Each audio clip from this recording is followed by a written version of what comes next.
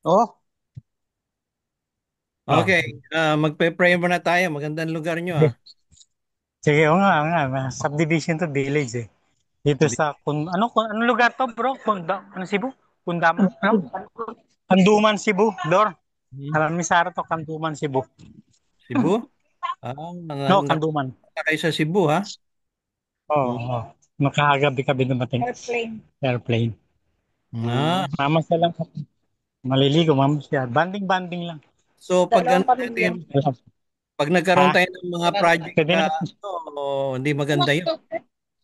Hmm. Upahan natin ito. Bilhin na lang natin to. Tapos paupahan natin para may kita tayo. Hmm. Kaya gagawa rin tayong ganito. Ayan mo. Maghintay ka lang. Hello, excuse me. Excuse me Sige, po. sige. Babati lang po ako ng church anniversary sa Sino Project yan? 7 through brother Ah, Ongching. Project 7. Yes. kagabi. Dami namin. Punong-puno. Apaw na apaw eh. Kasi ang daming pagkain. Pag marami pagkain, apaw eh. Hmm. Balita ko, balita ko, Don Ramon, tatlong lechon ng malalaki daw pinarada nyo sa Project 7 kapon. Hindi, baka. Bro, baka. Baka lang. Hanggang baka. Ayos pala eh. Glory to God. Mag-prayer muna. Malapit na mag-join si brother, Okay, okay. Sige. mag-pray tayo Sige. saglit. Ah, sino ba? Hmm, sino ba Yeah. natin? Nasa aircon. Sino Oh, ba? lamig oh. Harap po. Abot kayo dyan. Nako. Abot kayo dyan na lang lahat. Kasi meron. Hmm.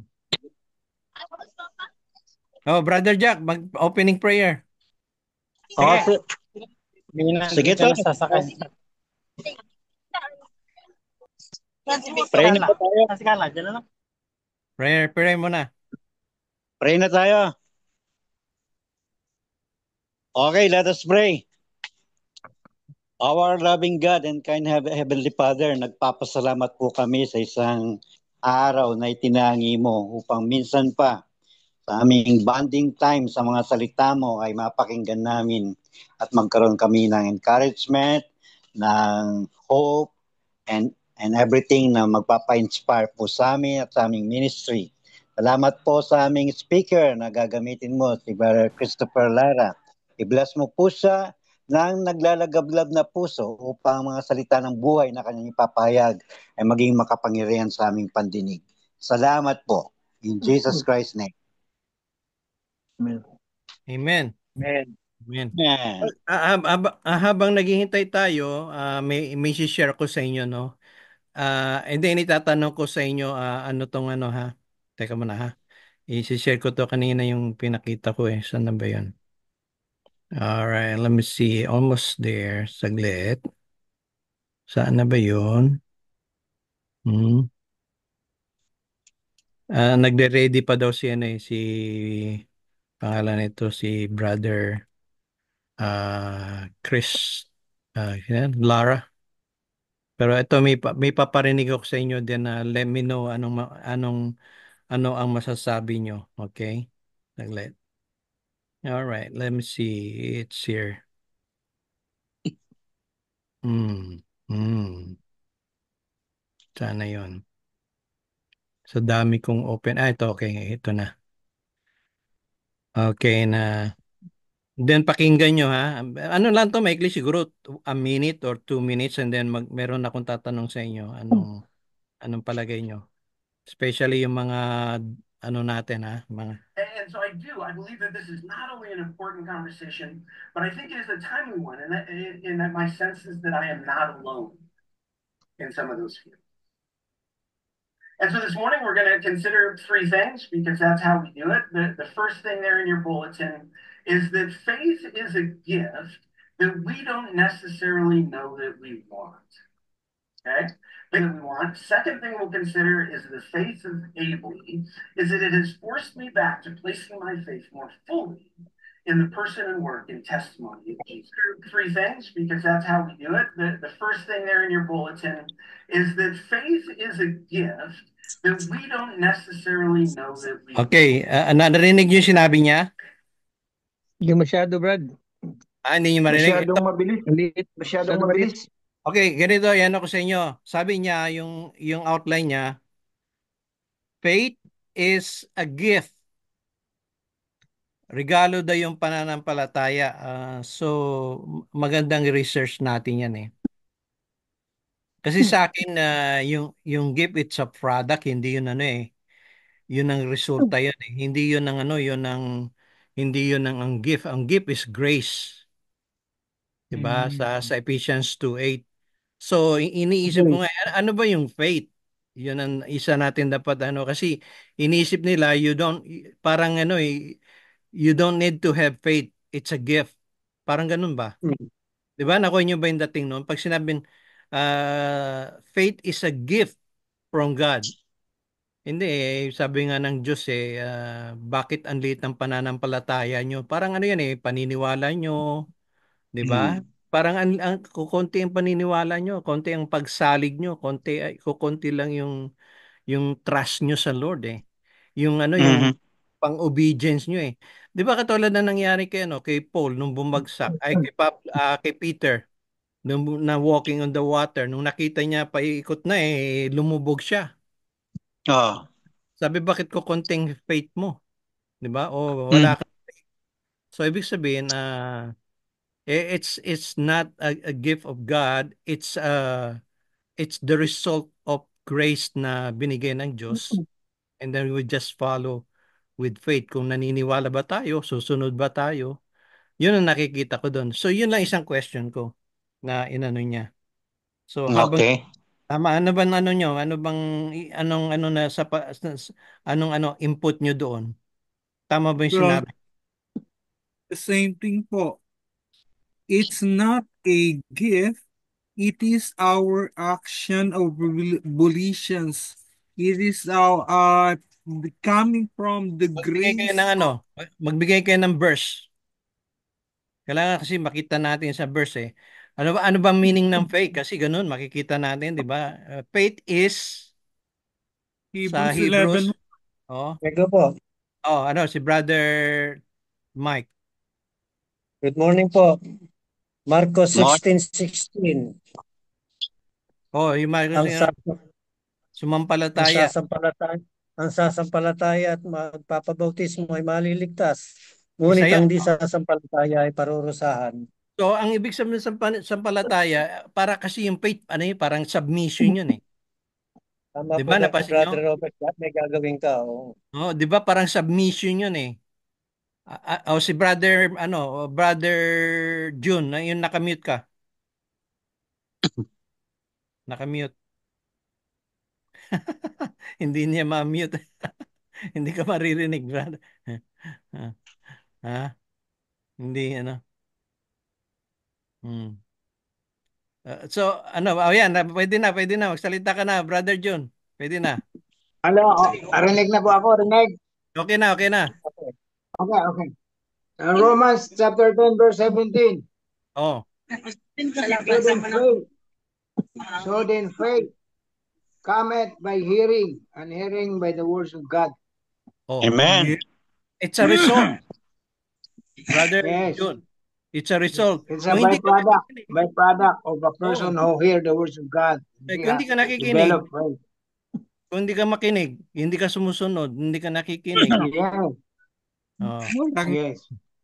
Ang gift doon, yung Word of God, ang gift doon, yung grace, ang gift doon, yung Jesus Christ, yun ang gift. Pero yung result noon, effect sa'yo, naniwala ka ba? Nagduda ka ba? Na tinanggi mo ba? Yun ang doon, yun ang faith mo.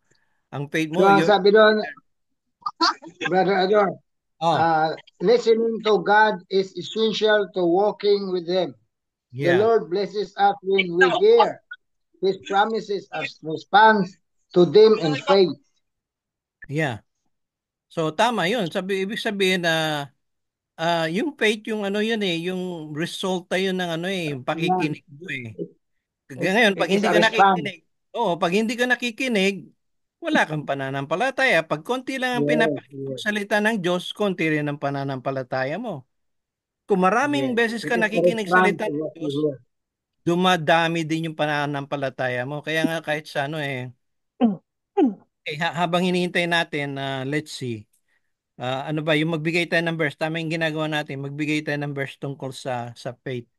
Kasi yung faith kasi sabi nung pastor, di ba yung narinig nyo, sabi niya, faith is a gift from God. Yan ang iniisip ko eh. Sabi niya, faith.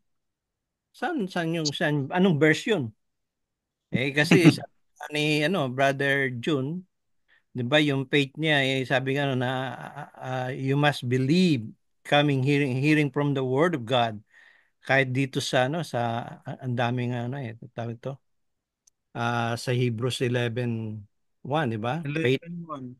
Oh, Now sabi ni faith, now faith is the substance of things hoped for, the evidence of things not seen. Mhm. Yeah. Tsaka yung salitang, alam mo yung faith, ginagawa nilang noun eh. Mhm. Dapat yung faith is yung action. Adjective. O adjective tsaka Action. action, adjectives and action. See, Yes. yeah, Your faith in Greek is pistis. It is a strong belief. It is active, not passive. It is a absolute belief to God, not from God but to God. yes. Okay, I maganda. may add up, yung Hebrews 10:22. Sinabi doon po, let us draw near with a true heart in full assurance of faith, having our heart sprinkled from an evil conscience and our bodies washed with pure water. Okay. All right, sino pa ano mga kapatid tungkol sa faith, ano may share nyo habang hinihintay natin si Brother Lara, ano yan, street preacher. Mga public market preacher natin. So, ano pang mga na nakikita nyo sa na verse na tungkol sa faith? Kasi babalikan na lang sa James 2 di ba? Ako po, may nakita po ako isang verse po. Pwede po magdagdag? Oh, sige, Mag-share? Brother Oliver. Saglit, si Brother Oliver. From Hebrews 11:1. Hmm. Now faith is the substance of things hoped for, the evidence of things not seen. So, example ko lang, yung katulad ng hangin, hindi natin nakikita. Pero 100% naniniwala tayo na may hangin. Same Tama. as that, faith in God, na hindi natin nakikita yung Diyos, pero 100% naniniwala tayo sa Kanya. Amen. Tama yun kasi nga yung faith pero napipil mo. Hindi mo nakikita pero napipil mo. 'Di ba? Opo, Nararamdaman napipil natin. Katulad ng mga sitwasyon na, yung hangin, napipil yung mo parang 'yon. talagang, ang hirap na sitwasyon ko na paubos na yung gamot ko, Oo. tapos wala kaming ulam, mamayang gabi, ganun. Tapos biglang may darating, yung talagang naniniwala ko, sabi ko kay mama, maniwala lang tayo kay Lord man na may darating na blessings mamaya ngayong araw. Yan talaga, may dumating talaga. So, yung faith talaga, wag mo talagang panghinaan. Talagang mag-faith tayo ng 100% sa Panginoon. Tama. Yun ang doon. Maganda yung sinabi mo, Brad. So, tsaka yung ano pa? Ano pang ano? So, talagang gano'n yung faith na minsan hindi mo nga nakikita eh. Pero nararamdaman mo, na-experience mo, 'di ba? Tama ba 'yon? Opo, Nararamdaman amen. mo, na-experience mo. Saan pa? Hello. Isa pa magbibigay ng verse. Ha? Yung alam niyo sa 2020, ito nga alam niyo sa akin, minsan tinatanong tayo eh.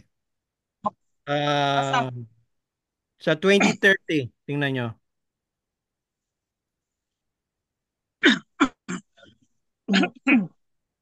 Hanggang 2030 to 31. Sino mayroong verse kahit Tagalog? Maganda yan eh.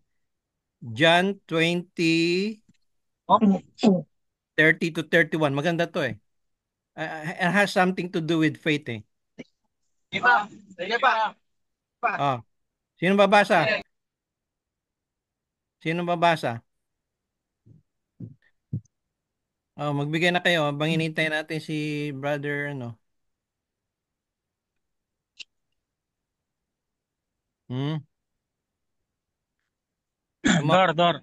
Oh, Ganito yan. Yung faith sa yung grace. Sa Greek language niyan, charis sa pistis. Yung salitang is sa dulo nun, nire-refer yan action. Okay, yung faith is action from man. Okay, yung tao ang tatanggap nung gagawa nun. Yung grace naman is action from God. Titus 1:11 ang sabi ron eh, ang biyaya nagpakita sa pamagitan ni Kristo. So yung salitang grace. Meron lagi siyang action word sa dulo ng, kasi yung Greek language niya is, kaya hindi ko nakakalimutan yung Greek eh, yung is. Importante yun. So yung tao, may part. Ang Diyos part. Ang parte ng Diyos, biyaya. Ang parte ng tao, pananampalataya. tama. So yung dalawa na yun. Hindi pwedeng Parang ano eh, sa huli sa Tagalog, Diyos lang. may kasabihan nga Ha? tayo sa Tagalog eh, nasa Diyos ang Awa. tawa. Nasa tao ang ngawa. Tama ba yon? Gawa. Sa Hindi ba taong gawa. ngawa? Nasa tao ang ngawa, sa Diyos ang awa. Oo. No, Oo. basahin nyo ano, sino ba babasa? Pabasa. Brother Mike. Gusto marinig ang boses Yes si po. Brother Mike. Yung sa John 20:31 to 30. 30 to Ito po 30. 30 to 31. Oh. Ito po yung sinasabi sa aklat ng Juan, Paano ito kabanatang na 20, Saglit lang ha, talatang Brother 30. Chris. Ano, i-unmute mo lang yan. Nakikita ka na namin, Brother Chris. O sige, basahin mo na, Brother Mike. Tapusin natin yan. Ito po, marami pang himalang ginawa si Jesus na nasaksiyan ng mga tagasunod niya ang hindi na isulat sa aklat na ito, 31. Pero ang nasa aklat na ito ay sinulat upang sumampalataya kayo na si Jesus nga ang Kristo, ang anak ng Diyos, at kung sasampalataya kayo sa Kanya, magkakaroon kayo ng buhay na walang hanggan. Praise Amen. the So, Lord. ang ganda nun. So, you have your part. God's part is Jesus Christ. Maraming nasulat na. Alam niyo, yung Bible kasi dapat enough na yung Bible eh. Hindi natin sasabihin na kumpleto yung Bible kasi maraming mga writings eh. Kaya lang sinusort mo ano ba yung kasama, ano yung hindi. 'Di ba? Maraming writings, merong gospel ni Thomas, may gospel ni Ramon. Ha? Hindi sinama yung gospel ni Ramon kasi nga pinag-aaralan pa kung kasama ba yon. So kaya kailangan natin yung meron pang gospel ni Byron, 'di ba? Hindi natin may pwedeng may sama yon. Kaya yung itong naisulat ngayon, enough na yon para manampalataya. Oh, brother kumusta? Welcome na. Nandito na si Brother Chris. Kumusta na, Brother Chris? Naka-mute ka pa rin. Brother Chris, kumusta na?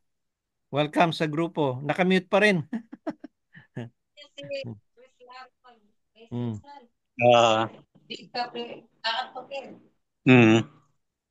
Oh. Nakamute eh. Oo nga, Brother Chris, hindi ka marinig. Yan. Naririnig na ko ba? Okay na, okay na. Ayun. Pakilala mo na, Brother Chris, bago kami makinig sa iyo. Ano ba? Related ka ba ni Brother Jesse Lara? Ha? Ay, opo, tiyuhin ko pong tagapangaral sa Okay, okay. Sampaga, Balayan. Okay, maganda. Opo. It's good. Related. Ang mahalaga doon na kay Kristo tayo, no? Okay, Opo. Brother Chris, pakilala ka. Paano nyo pala po nakilala si Brother Jess? Kasabayan namin seminary, MBS. Talaga. Opo. Bali po, para po sa pagpapakilala, tagapangaral ako dito sa Bicol, sa Naga City Church of Christ. Ako po yung youth pastor. And at the same time, I'm also the senior minister po sa Calabanga Church of Christ. And then we also have the Outreach Church of Naga City, Church of Christ. Doon po yan sa Garcio Torena Church. Kaya po meron tayo po ditong assignment na 3 lokal dito po sa Kamsur. Ayan Mm. po. At ano po, pagpaumanhin po ninyo na medyo naantala po yung aking pagpasok sa Okay ating lang. Zoom. Makakapaghintay kami, Brad. Oh, We're gawa not na going pong anywhere. gawa na pong kamakailan lang ay yung na medyo na ano po kami, nakapasok po kami sa ilang mga pagsubok doon po sa diagnosis po sa aking may bahay. Kaya po, nung mga Oh, nakaraan, pagpaumanhin po ninyo na hindi po ako nakakapasok talaga. Nasa hospital po ako that time. At ngayon po, naka-discharge po kami. Pero continuous po ang medication. Sa biyaya po ng Diyos ay Amen. papatuloy po namin ang buhay Kristiyano. At amen. sa lahat po, iba-iba po ba itong mga lokal, kapatid? Ano po yung mga Iba-iba to. kasamahan? Minsan meron taga Singapore, minsan meron taga sa US, meron taga ano sa Rhode Island, East Coast, iba-iba. Iba pa iba-iba kada Sunday. Minsan meron tayong taga Taiwan, minsan pasulpot-sulpot ba. Pero mostly tayo mga Christian churches, Churches of Christ, COC, at karamihan MBS, meron CBS, may DBS, ha? Hmm. Merong ano yan, itong grupo natin na parang ito yung ano, kaya nga COC, PhilAm Fellowship, sa Hmm. pamagitan kahit sa online, nakakapag-fellowship tayo. Kasi malaga Hmm. yan eh. Kasi sa Acts 2:42, isa yan sa apat na bagay na ginagawa ng mga Kristiyano eh. Mm. Tayo Hmm. makapag-fellowship ng in person, at least nakakapag-fellowship tayo sa online, sa Zoom, 'di ba? Amen. Amen. Oh. Yan ang power ng Zoom. Dati kami sa Messenger tsaka sa Google Meet. Kaso yung Messenger mga 5 tao lang, lumampas na kami. Dati sa naman kami Google Meet, nako minsan nahirapan pumasok ang iba. Kaya sa Zoom na lang kami. Kaya lang sa Zoom merong fee. may may may bayad pero okay lang 'yon. So, Na, kaya ka namin ah, invite kasi na-interest kami sa yung sa church, lalo pa yung nakikita kayo na yung sa street preaching, kapatid. ah, Ang lakas ng loob mo. Ibig sabihin na ay, oh. sa mga very encouraging. Alam ko medyo very challenging yun pero lalo pa sa sitwasyon mo merong may health issue ang misis mo, we will continue to pray. Ano pangalan pa na ng misis mo, Brad? Ano po, Sister Almira. Sister Almira. Almira. Okay. Po, Almira. Almira. Okay. Kayo po, brother, ano po talagang, ano po, complete name niyo po uli? Ako? Opo. Salvador. Salvador. San Jose. Ay, okay po. So, mas preferred niyo po na tawagin kayo na Brother Salvador or what? Brother ano na lang, Brother Ador. Ganun. Brother Edward. Ador. Ador. Brother Ador. Brother Ador. Merong Opo. Edward Pati dito po pero yung, hindi makaka-attend pa. ay, oo. Brother Ador, yung isang kasama po nating nakita ko kanina nagbasa, sino nga po yun? Si Brother Mike, taga ano yan, Pila-Pila, Rizal. Ay, wow. Taga Pila-pila. Rizal. Hello Elder po, natin. Brother Mark. Elder leader natin yan. Elder leader doon. Tapos ito Ay, si opo. iba dito, mga sila Byron sa Laguna, si Brother Tiope sa Bulacan, Mhm. Sister Terry sa sa Tacloban City. Ruth Ay, Dihan. layo. May iba-ibang lugar eh. Tapos merong taga Jensan, sila Sister Luz, Sister Erna and Brother Ed sa Dumaguete. Si Edward yan, Mhm. Erna, Dumaguete. So iba-iba, Brother Randillanes, Tacloban, pero assigned to sa La Paz. Maganda rin kapatiran yan doon. At yung Mhm. iba pa. So anyway, Brother Robert, yung misis niya din may health problem ano pangalan ng misis ni brother, nakalimutan ko na. Pasensya. Marape. Mirape, Sister Mirape. Merape. Sister Mirape, may Oh. dialysis din. So very challenging sa mga Oh. ministers natin yung mga misis nila may mga health problem. So kaya tayo sa mga natin, we're praying for one another. Ang iba dito si Brother Oliver, mga recovery to. So we will continue iyan ang purpose natin, magtulungan tayo in many ways na makatulong tayo. Kung maliit na bagay man o malaking bagay, we will do it by faith. Okay? Okay, brother Opo. Christopher, give us your message, yung mga lalo pa siyempre pag yung mga na-experience mo, tell us about sa mga street encounter mo na paano mo na-share ang gospel. Ay, Kahit sa party sa soul winning or gospel sharing or mentoring. okay po. Sige. Ready na Pasensya kami. na po kayo. Hindi po ako nakapag retouch man lang. Hindi. Pero Mga ituloy na po na. bata ka pa anong edad mo na ba?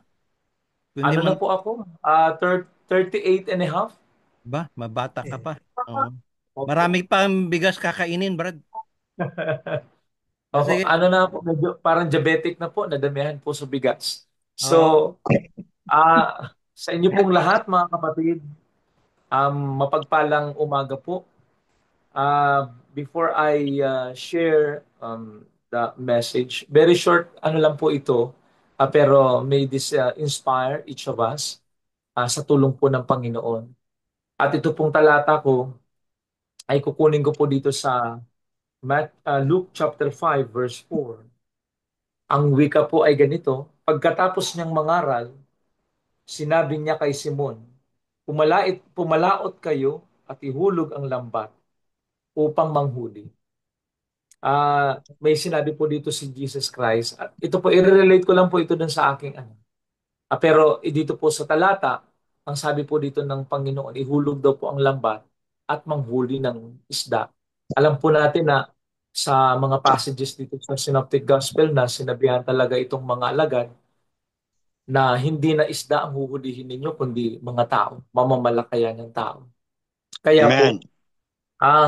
po, itong talata pong ito, naka-inspire po ito sa akin. Nakakita po ako dito ng biblical principle dun sa sinabi ng Panginoon na ihulog ang lambat. I'm going to entitle this short exhortation na ihulog ang lambat. Ihulog po ang lambat. Kasi po, ang pinapagawa ng Panginoon maghulog ng lambat, ibig sabihin po, pag i-interpret yun, napakadali. Alam natin po na i-share ang gospel. Ang pagbabahagi po ang gagawin natin. Every time na nagbabahagi tayo ng ebanghelyo, naguhulog tayo ng lambat. Kaya lang pagka hindi nangangaral, mga kapatid, hindi po naghuhulog ng lambat. Pag marami nag-share, ay ang daming naghuhulog ng lambat. At ang gusto ng Diyos ay gawin ang paghuhulog ng lambat. Yung pangangaral ng ebanghelyo. Ang nakikita ko lang Amen. po sa iba, parang ang gustong gawin po, hindi lang basta pangangaral manghikayat.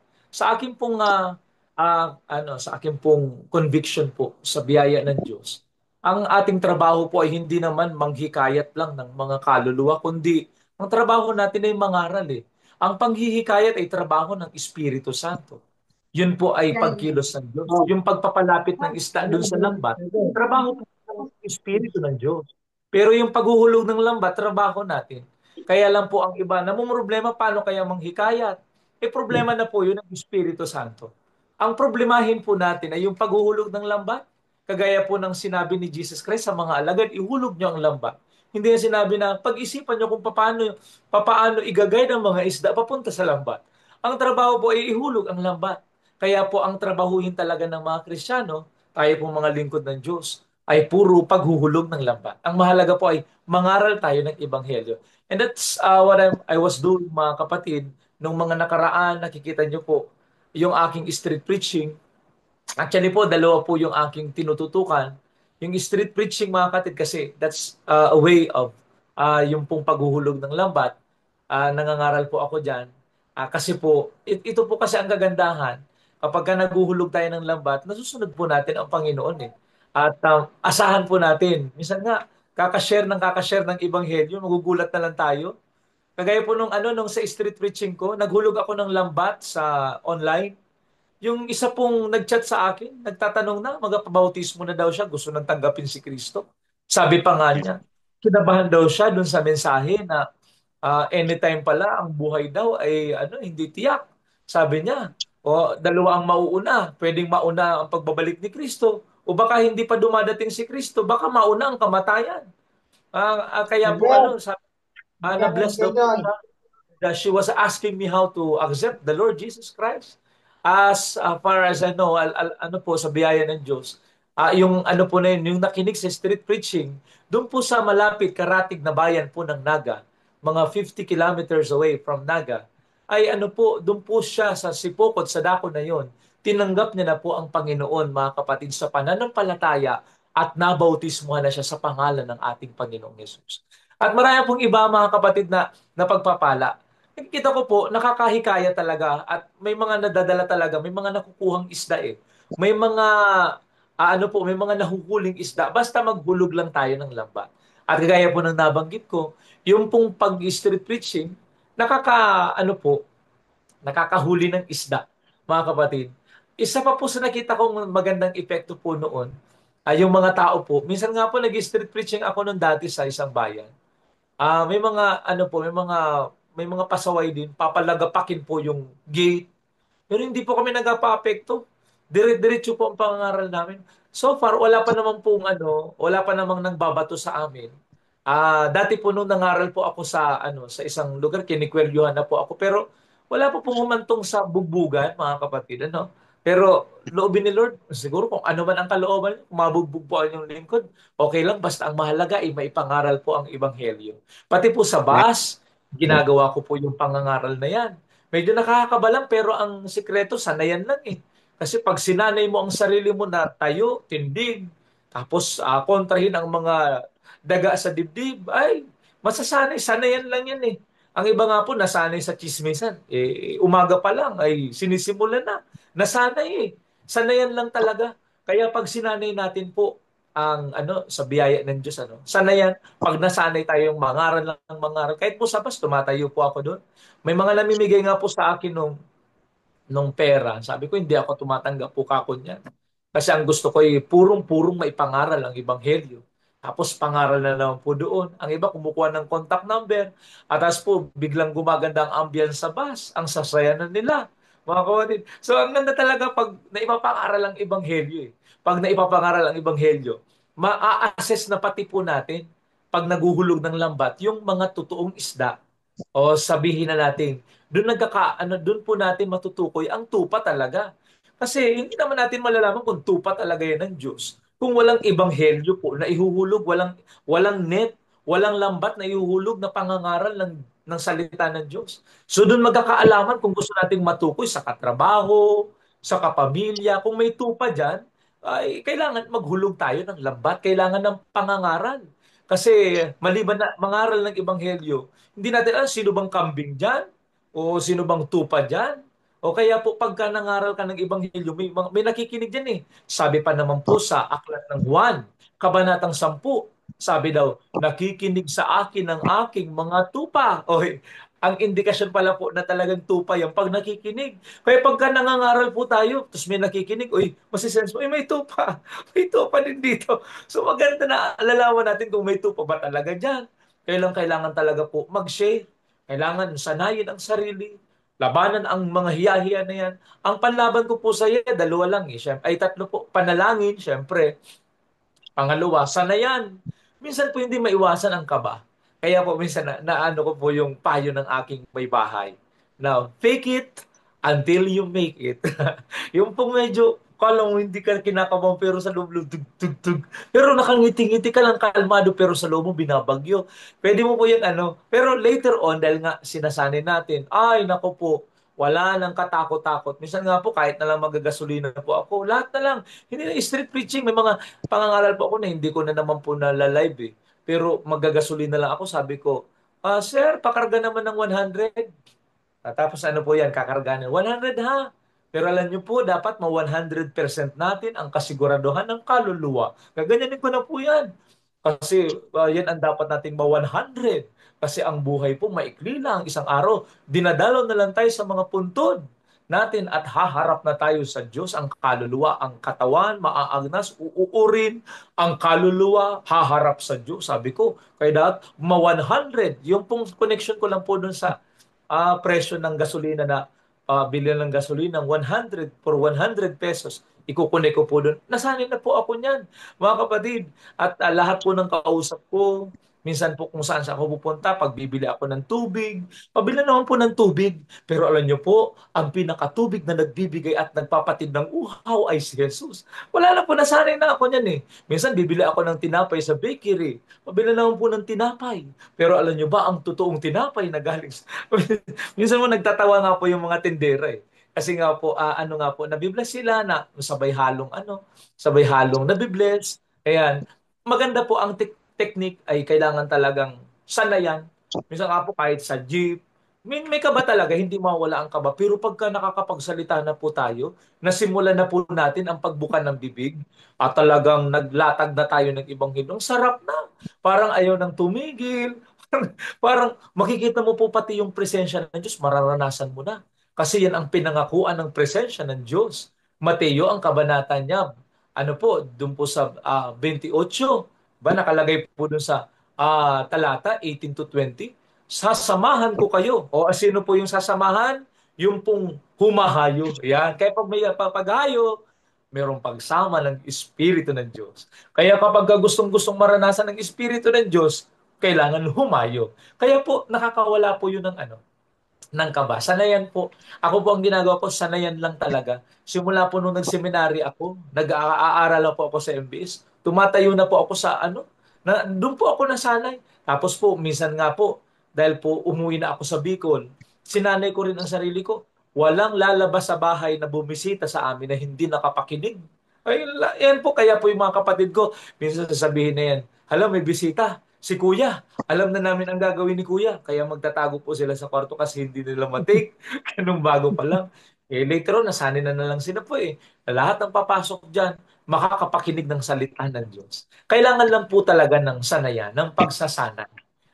Talagang pag pre-practice mo ng pre-practice, yan na yung magiging parang lifestyle mo, buhay mo. Parang hindi mo na kaya, parang hindi ka na kumpleto ang maghapon pag hindi mo nagawa yung kinasanayan, mga kapatid. Kaya po yung sa street preaching, mga kapatid, nakakatulong po yun. Saka nagpapatapang po yan, mga kapatid, ng sarili. Actually, sa street preaching po, ang pinaka-benefit talaga niyan ay yung yung pagpapalakas ng loob sa Kristiyano. Kung gusto po nating lumakas ang loob, pati nga ng mga inaakay, pati ng mga kapatid po natin, ng mga tinitrain, pwedeng patayuin dyan. Yung po'y nakakatulong po sa nangangaral para lumakas ang loob.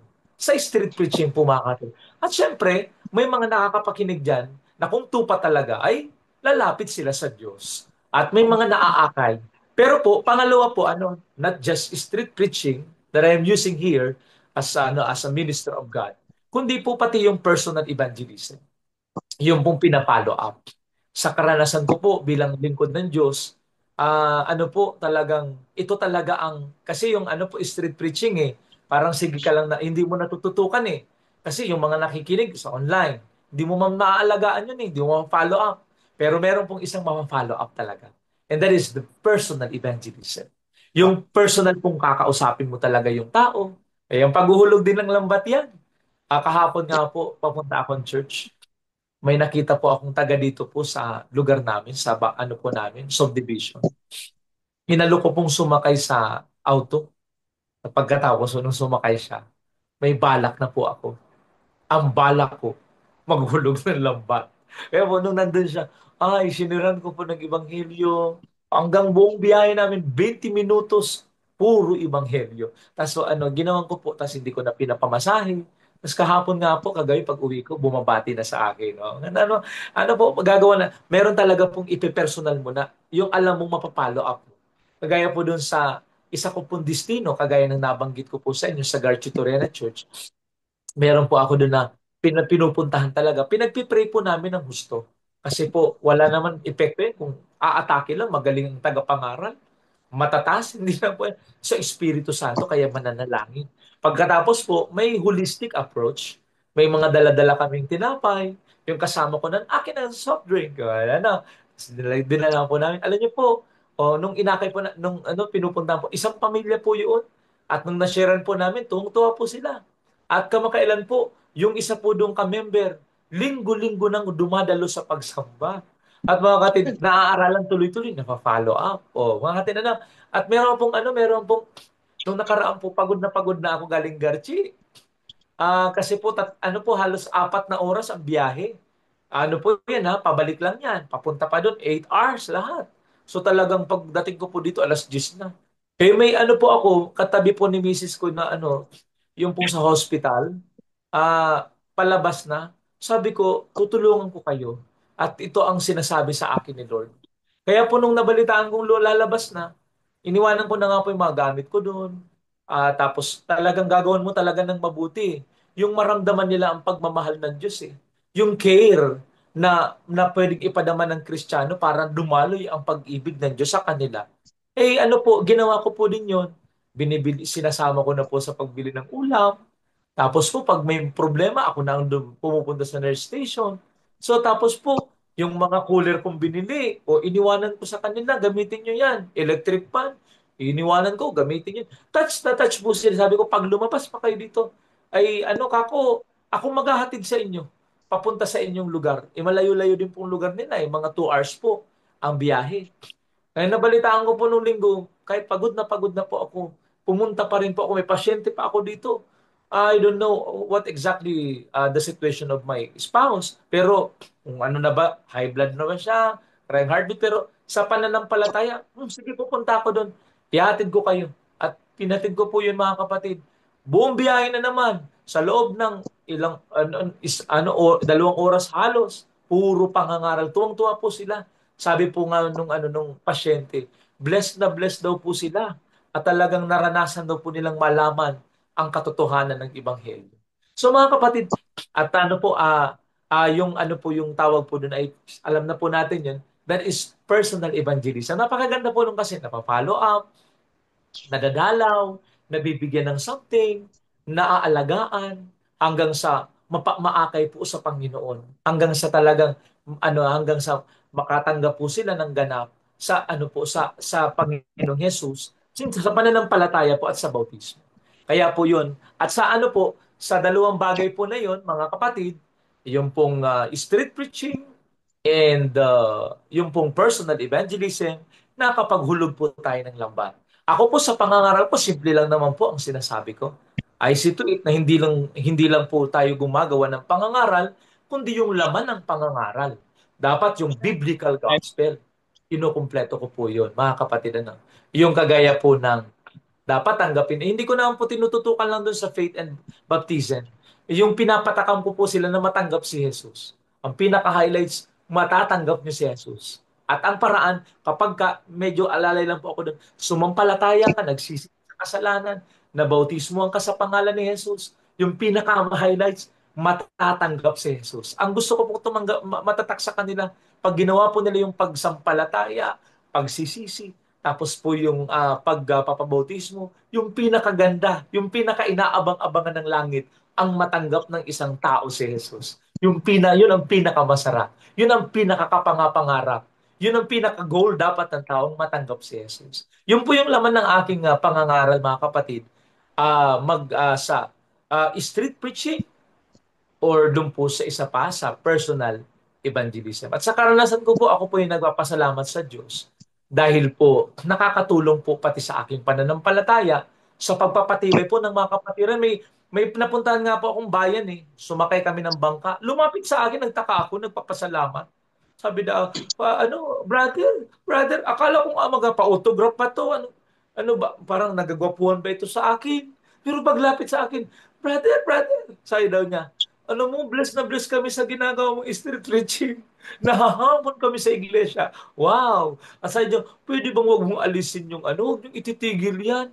Na-encourage po sila mga kapatid. Oh. So sabi ko, wow, ano pala, may epekto talaga pala. May bunga pala talaga ang pangangaral ng Ebanghelyo. Kaya mga kapatid, napakainom talaga po, nagampanan natin yung sabi ng Panginoon bilang mga inatasang maging mamamalakayan ng tao, ang paghuhulog ng lambat. So yan lang po, Brother Ador, yung akin pong ibabahagi sa inyo po mga kapatid. Okay, thank you very much, Brother Lara. Magandang experience yan. Nakita natin na ihulog ang lambat ha, kapatid. Yung gospel, hindi yung iba hinuhulog tabak. wood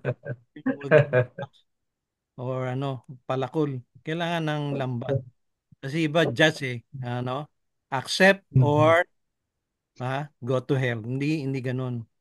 Kailangan yung grace pa rin. Gracious. Meron ba kayong tanong kay Brother Lara? Brother, some sort of encouragement kay Brother Lara. Kasi nabanggit niya na naghulog siya ng lambat through online. Iyan na po kasi ang pinaka-trend ngayon eh. Mas sa tingin ko sa kanya mas magiging effective yung kanyang pangangaral ng ebanghelyo through online. Kahapon napag-usapan namin ni Brother Armel na ang Church of Christ kung sa milyon meron na tayong mga kapatiran. Pero yung mga vlogger natin bakit pinaka-kulelat? Kasi wala tayong unity. Pagka nasimulan yung kung magkakaisa lang sana ang Church of Christ yung mga vlogger natin makikilala at iyan isa sa mga epektibong preacher yan si Brother Lara pag nag-online ministry siya. Salamat po. Hindi, tama yung sabi ni Brother ni Brother Tiopi. Alam mo, katulad natin, may narinig tayo, katulad na ni Brother Rara sa yung posting or sa kanyang i-share natin. Alam mo katulad nito, yung online natin, actually, ito nasa YouTube na to. Ito kada natin nasa YouTube. Kaya lang ang viewer natin minsan 10, 20, nasa 30, hindi natin na-share. Magagandang message katulad ni Brother Lara, yung mga iba nating mga speaker, magaganda rin mga sinishare. I-pass it on natin. Pero siyempre, bukod sa online, importante rin yun in person. Yung sinasabi ni Brother Lara na personal touch. Kailangan natin na makaharap sila. Anong tanong mo nga pala, Brother Tiopo, kay Brother Lara? I encourage him po, hindi naman tanong. I encourage him na magtutok siya sa online. Bukod sa sa personal. Kasi you cannot replace yung personal. Kailangan bukod sa... Sino pa yung nagsasalita? Okay. But anyway, meron pa kayong tanong kay Brother Lara? I-pray natin yung message. Yes, Lolo Ador, makasingit ang tanong. Ador. Bali, gusto ko lang alamin kay Brother Christopher De Leon Lara. Kung saan ang kanyang area of preaching ng physical, face-to-face. Yun lang. Gusto ko lang malaman kung saan yung area. Sinabi na ni Brother Lara yung pakiulit nga, Brother. Baka siguro iba hindi narinig. Hindi ko na-guess kanina eh. Ano po sa Naga City, Kamsur. Dito po kami. Okay. Sa Naga Camarines Sur. Okay. Yes, bibisitahin ka namin diyan, kapatid, in the future, God willing. Okay. Sino pa? Si Brother Mon, nakamute ka. Hindi. Okay. Lara, thank you. Salamat. Alam mo yung ginagawa ni Brother Lara, noong 1977 to 80, bago ako mag-seminary, ganyan yung ginagawa ko ng araw. Kasi uso yun, parang that time. Sa mga jeep, sa tricycle. Even sa train, Sa train, kaya lang, nung araw, ingat ka lang, Brother Lara, kasi ingatan mo yung lalamunan mo. Diyan ako nadali. Ingatan mo kasi, lalo, pag nasa bus ka, kailangan maglakas ka ng boses, di ba? Kasi kailangan marinig sa pinakadulo, pinakalikod. Sa train, ginawa ko rin yan, nangingin ng train. Nagulat ng kapatid, kunching yun, nagsasalita sa gitna. So, yung araw, ganyan ako sa mga parks, sa Luneta. Madalas ako dyan sa Quiapo, sa park, nangangaral ako dyan, kahit maraming dinidbat pa nga iba dyan ay naharap ko Okay, so, yun lang. Alam mo, magandang i-develop yan yung street evangelism. Ngayon ang araw, preaching lang ako, pero ngayon may nakadiscovery kami ni Joey. Ginamitan ko ng gospel magic, mas maraming tao nakikinig. Kesa ilan lang. Mas dumadami. Kasi lalapit sila Makikita nila yung tricks mo muna pakita. Saka papasukan ko ng gospel magic pag marami. Bro Monte, yan ang maganda parang ang hirap kumain ng apoy Oo. Magbubukas ako ng Bible na nagliliyab. Mag-uwi. Ganun, di ba? Yun yung mga tricks na pwede mong gamitin para to attract. Remember yung Pentecost? They were attracted by the fire in heaven, di ba? Nakita nila, huy, ano yun? So, the same thing, visual, importante ang visual sa evangelism. Pero mag-ingat din kayo, kapatid. Baka ma-convert sila sa visual, hindi kay Kristo. Okay? Hindi nga, yun nga. Medyo ano lang yung pang-attract lang yung Saka yung no tricks kasi desire. Ang tricks parang ano yan medyo questionable pa rin yan Pero bahala kayong basta alam niyo. Depende yan sa gospel presentation. Ang sa akin naman kasi naging napakagandang ginawa ni Brother Lara bukod sa street preaching yung pag naka-opportunity siya katulad pumunta siya sa bakery, may nakausap siya doon tindera, sabi niya alam mo ang tinapay, may tinapay ng buhay, ganun yun nagkakaroon tayo minsan meron tayong mga close na mga pangalan nito, mga tindera nakakausap natin. Halimbawa, na-encounter natin na tao na friendly. Kahit saan lugar. O kahit saan lugar. Ganun yun So, ginamit ko rin yan sa tubig.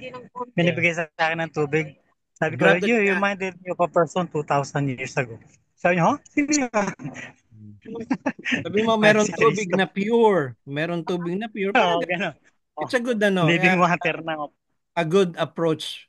Pero kailangan sabi nga sa Bible, be wise as a serpent. Be wise. Yeah, be wise. But be as yung lead up. Okay. Saglit iba kasi hindi natin marinig mute mo na natin, Brother Mon. Sige, Brother June, anong balita, Brother June? Maganda kasi yung sa city, Naga City yung kay Brother Christopher. At doon naman sa Trivial or Mountainous, maganda yung relational na tumulong ka sa bukid, na iba-ibang approach in different situation. Okay, tama. Oo.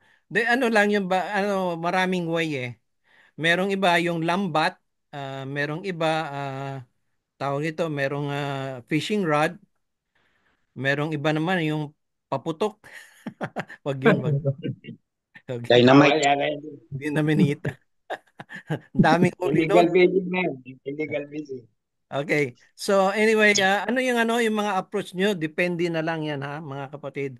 Basta yung ang isang natanda ko sabi ni Brother Chris, sabi niya yung wag niyong isipin yung salitang panghihikayat o yung bunga agad. Ibigay mo sa espiritu yan.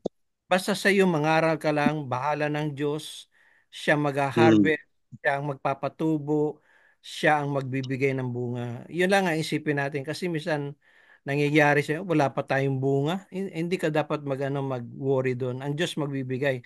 Siguro ngayon na katulad ng ginagawa ni Brother Mike, yung mga bata tinuturuan niya ng gospel, pinipreach niya, hindi pa magbubunga yan Siguro sabihin natin in 2 years, in 3 years, yan bahala ang Diyos dyan. Ganun lang yun Brother Mike, wag ka lang don't give up sharing the gospel sa bata o matanda o kahit sa ano pa man. Misa nga yung meron ako nakita, meron siyang parrot. Alam niyo ba yung parrot? yung loro. Diba yung loro tinuruan niya mangaral, tinuruan, nagbe-preach ng gospel Kaya lang nung pinatira niya sa anak niya, puro mura naman ang ginagamit. So nagmumura naman yung loro. Kaya yun naman yun ang pangit. Nagmumura bago nagpe-preach ng gospel. Kaya kailangan yung tuturuan mo siguradong yun lang ang malalaman niya Kasi kung ano yung malaman, naririnig niya, yun rin ang matututo. So, maganda, brother, Lara. So, leave it to the Lord, yung yung bunga. Basta tayo ng lambat, ganun lang yun Okay? Tama. Sino pa? Kapatid, meron kayo tanong? Brother Jack. Nung magkasama kami ni Brother Art Santiago sa San Fernando, ang style namin kakaiba. Kapag bibili kami ng grocery sa city, kailangan namin sumakay ng jeep. Ang ginagawa namin, English ang aming means of conversation. Napapatingin yung mga estudyante o kung sino man na interesado sa pagsasalita ng English. And then doon nag-come out kami sa evangelism, na jeepney evangelism ang ginagawa namin. No? At na-amaze ako kay Brother Christopher sapagkat kapag walang leading ng Holy Spirit yan, hindi magtatagumpay yan. Pero once na binulungan ka ng Holy Spirit o mangaral ka na, then you need to stand up and preach talaga. Maganda ang way na ipinapagawa ng Holy Spirit kay Brother Chris. Yan. Very productive talaga yan. Basta't nangaral ka ng salita ng Panginoon, sabi ng Isaiah, di ba? Hindi babalik sa kanya yan ng walang bunga. Salamat, Brother Chris, sa amin ang lakas ng loob mo. So, ang gagawin natin, pag nagkita-kita tayo ni Brother June saka Jack, mag-i-Englishan tayo. Maubusan kayo na Brother Charles Villar. No problem about that. I will be very, yeah. Umpisa na natin, ha? Very what? Very. Okay, thank you. Sino pa? Ador. Brother, Sister Ruth. Ito taga Rhode Island. Praise God for Brother Christopher. He is filled with the Holy Spirit. Yes, Ate Ruth. If you are filled with the Holy Spirit, you are bold in sharing the gospel. There is a saying, success in sharing Christ, success in sharing Christ and leave the result to God. Okay. Amen. Share the gospel and leave the success, leave it to God. Parang ganun, ba? Kasi all you have to do, lang tayo, messenger, 'di ba? Whether the other part o yung sabihin natin yung the receiver will accept or reject, it's up to them. It's not ours. Our job is just to deliver. Para ba yung delivery man, 'di ba? Yung mga nagdi-deliver, their job is to deliver. And then people will accept or reject. It's up to them. 'Di ba? It's not our part. Kaya tama sabi ni Sister Ruth. Just share. Alam niyo maraming chance eh. Ako nga minsan sa elevator kasi may nakakausap ako, kinakausap ko yung mga bata, mga sinishare ko, oh good. Tapos pag nakita ko may cross, oh you're Christian. May mga ganon. Pero yung pala iba minsan pang lang, pangtanggal ng mga vampire o yung mga tradition ba na pananakot-takot. Sabi ko, oh no, it's real. Once you have Jesus Christ, sinasabi ko, you're gonna be free from evil ones. Sabi ko sa kanila. Parang oh really? Yeah. Sabi ko, why start reading your Bible? Parang ganun ba? You have to share. Magkaroon ka ng chance, may isang tao, may dalawa o ano. Lalo ba't kung yung one-on-one, sabi nga na Brother Lara, kung one-on-one, napakaganda nun kasi hindi sila mahihiya magtanong Takuha nyo ba yon? Pag nakausap nyo na yung personal, parang hindi sila mahiya magtanong kapatid, ganun. And then, be ready, sabi nga ng gospel, be ready. Anytime, in season or out of season, kahit panahon o hindi panahon, kailangan ready ka. Yan lang ang disadvantage ng mga preacher kasi naka-ready ka o hindi. Sabi nga ni Brother Rala, hindi pa siya nakakapag-ayos ng buhok niya. Okay naman, at least kapatid may buhok ka, kami wala na Di ba? Tama ba yan? So anyway, sino pa? Sino pa may mga tanong? Hanggang nandito si Brother Lara. Sino pa? Wala na? Aba, matipid kayo kapatid Nagtitipid tayo ngayon Sino ba? Okay, so I think na thank you very much. Wala ka namang pwedeng idagdag, Brad, Chris? Sa akin po, okay na po at nadagdagan na rin po ng mga kapatid. Well said na rin po yung mga karagdagan ng karanasan ng mga kasama po. Yan ano ang Brother Lara, itong grupo natin, we're developing 1 year pa lang tayo. This is gonna be a year. Next year sa March or April, magto 2 years na. So we're hoping na magkakaroon tayo ng gathering somewhere, either in the Philippines. Merong nga suggestion, let's try to go to Singapore kasi open ano yun open ano, ang ganda rin nun ano. Kaya lang hindi pwede ka mag-gospel yata preaching sa public doon bawal. Bawal yata doon So anyway, we will see if God willing saan tayo dalhin. Who knows, dalhin tayo sa ibang bansa ano. Kasi ang gospel must reach out sa outer part of the earth. Kailangan na the world ma-reach out natin yan. So people will have no excuse na they didn't hear about Jesus. Kailangan i-share natin, di ba? Yun ang isa nating kailangan na natin, ating goal. Kaya kami nila Brother Charles, nila Brother Anthony, Brother Dave, wala sila ngayon. Yung iba, maraming wala ngayon na ang goal natin talaga, katulad ng ginagawa ni Brother Lara, to share the gospel, which is Jesus Christ. Di ba? Okay? Wala na kayong dagdag, kapatid. Sila Brother, dyan, Sister Luz, kayo dyan, mga kapatid. Ha? Sister Nora. Sino pa ba to? Nahanapin mo. Kapatid? Sa amin dito ni Los, papasalamat kami dahil nga sa tulad ng sinabi ni Brother Christopher, nag-share siya ng naghuhulog siya ng lambat kahit nandyan sa street. Bibihira sa mga kapatiran natin, lalo na sa mga ngaral na nagtuturo dyan sa street, no? O kaya doon sa mga bus. Yun nakikita ko. Sorry, gawin natin training. May kapatid din pala tayo na nagsishare dyan sa sa street o sa bus.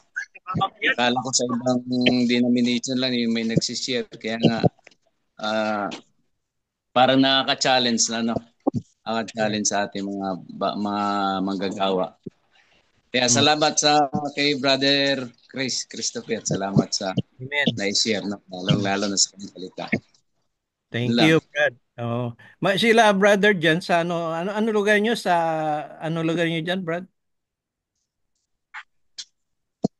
Nag-umpisa rin sila ng church sila Brad Mila de la Cruz. Sila. Dito sa dito sa amin sa parte kami ng Jinsan, dito malapit kami sa airport. Dito sa Mindanao, General Santos City. Thank you. Malapit kami sa airport. Nagsimula lang kami dito. Yan natin mga goal to share. Hopefully kami nila Brother Charles, Brother Tony, Brother Dave, magkaroon tayo ng chance pagpunta dyan sa Pinas. Okay? Wala na ibang sharing, mga kapatid. Ito nga bangkikan. Sister Terry, kumusta na? Kumusta Brother Junjun? Chemo na naman niya bukas. I-pray natin. Last chemo ni Brother Junjun. Okay. Yes. So, Brother Mike, itong ating butihing elder leader sa Pila-Pila. Meron kang ballpen or ma-memorize mo na? Brother, alam nyo, pag Brother Chris, pag tumatanda na kami, nasa 65 na senior na, marami na kaming nakakalimutan. So, kaya kami tinatanong namin, naglilista kami. Itong mga bata-bata pa na ang mga prayer request namin recovery, Brother Mike, last ni Brother Junjun. Junjun Tambal, last niya na yung chemo. O para mabalik sa normal ang kanyang yung pagdudumi. Brother Chris, anong pangalan uli ng misis mo na sorry tumatanda na ako. Sister Almira. Almira. Apo. Anong ang situation niya ngayon? Diagnose po siya as lupus patient. Okay. kapatid, Brother Mike. Si Yes, po. si Robert, si Mirape, ano din yun, dialysis. Opo. Dialysis continue.